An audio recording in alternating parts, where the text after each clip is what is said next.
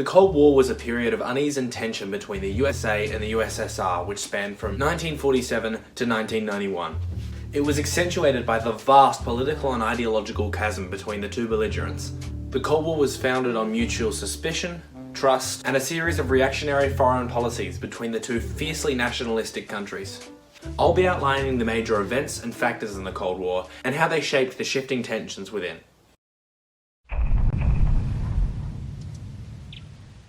At the helm of the two most powerful countries in the world were Stalin and Roosevelt, two leaders who appeared to get along quite well. During the Yalta Conference, Roosevelt even helped convince Churchill to let Stalin move USSR borders further into Poland. Stalin is quoted saying that Churchill is the kind of man who will pick your pocket for a kopeck, but that Roosevelt is not like that. Enter the new president, Harry Truman, with a burning hatred for communism. Truman wasn't happy with the prearranged conditions in the Yalta Conference or the Soviet troops who remained stationed around Western Europe, and wanted communism to be contained. Truman and Stalin got along moderately well, with Truman even quoted calling Stalin a decent fellow, but the people did not. One opinion poll taken just before the war showing that Americans trusted Nazis more than communists. The leaders getting along eased tensions slightly, but it was still clear that there was a huge difference between lifestyles and ideologies, and some form of global conflict was inevitable.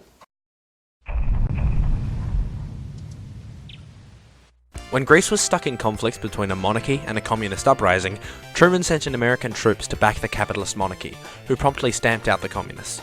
He'd just won a battle against the USSR without ever fighting it. Unfortunately, Stalin had a similar idea, and one quiet night in 1947, Czechoslovakia was stepped away from its independent coalition government by a full-scale Soviet attack, and just like that, Czechoslovakia was communist. These bumper states were vital to increasing the spheres of influence of the Big Two, and most important of all was Germany. Germany had been split into East and West Germany, one side for the USSR and one for the Allies. In order to retain his control over West Germany, Stalin cut off all major roads, canals and railways into the east, hoping to flush Allied support out of Berlin. Instead of removing the blockades and potentially sparking war, the USA instead continued to airdrop in supplies. 10 months of a constant stream of supply drops later, and Stalin realised the Allies weren't giving up on West Berlin, and reopened the borders. These were global conflicts, even if the belligerents didn't have their name directly attached to them. It played like a game of chess, with the whole world watching to see who would take the key pieces to expand their sphere of influence. The Marshall Plan was an attempt to corral the Western European countries firmly into the side of capitalism by aiding them with rebuilding structurally, societally, and economically after World War II. Remember those Soviet troops still stationed around Western Europe? There was fear that those troops would inspire these countries in their time of crisis to turn to communism, and so the Marshall Plan was put in place to keep them stable and keep them capitalist. This would give industry and trade a huge boost as well, which the USA was pretty excited about.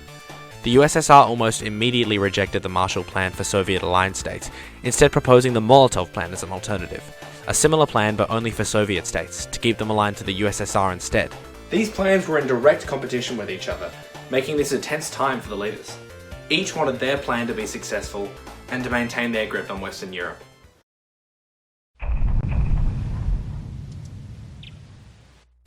This was a time where the question on everyone's mind was what ideology is objectively better, and technological growth was the measurement that was in style. Enter the space race. The space race begins after the Soviet launch of Sputnik 1 on the 4th of October 1957.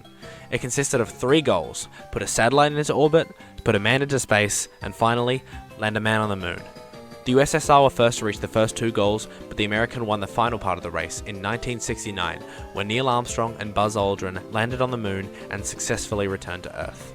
Alongside this was the nuclear arms race that the Cold War consisted of, officially beginning when the USSR successfully tested its own atomic bomb, presumably in response to the USA's nuclear attack on Hiroshima and Nagasaki during the Second World War. Tensions were still high in this period, though no direct confrontation was imminent. Both countries were clearly competing to have the biggest stick, but none had an indication of where or if they would be able to use it. Cuba was a vital country of interest to the USA, as it was so geographically close that any weapons potentially launched from there would be devastating to any number of major cities. When Fidel Castro, supporting the USSR, moved into Cuba, taking over businesses and supposedly peacefully running the country, American spies revealed that he was receiving Soviet arms.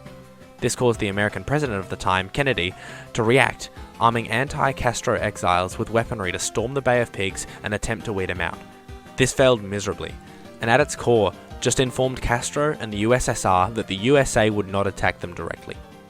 Soon after, in 1962, an American spy plane flew over Cuba and revealed the worst. There were USSR nuclear launch sites being constructed, and some were nearly done. After Kennedy ordered a blockade to prevent any more missiles from being carried into Cuba, a series of letters between Kennedy and Khrushchev negotiated this delicate situation, and settled with an uneasy agreement that all nuclear weapons were to be withdrawn from Cuba. This was the undeniable height of the Cold War, and tensions were high worldwide. Even the smallest missteps would cause nuclear destruction never before seen worldwide.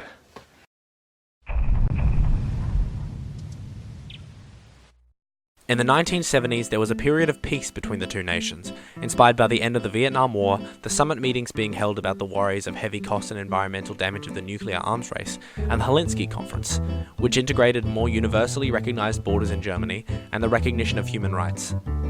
This period of detente made for a more peaceful time, in which American and Soviet astronauts shook hands in space, and conversations on these important issues could be discussed openly.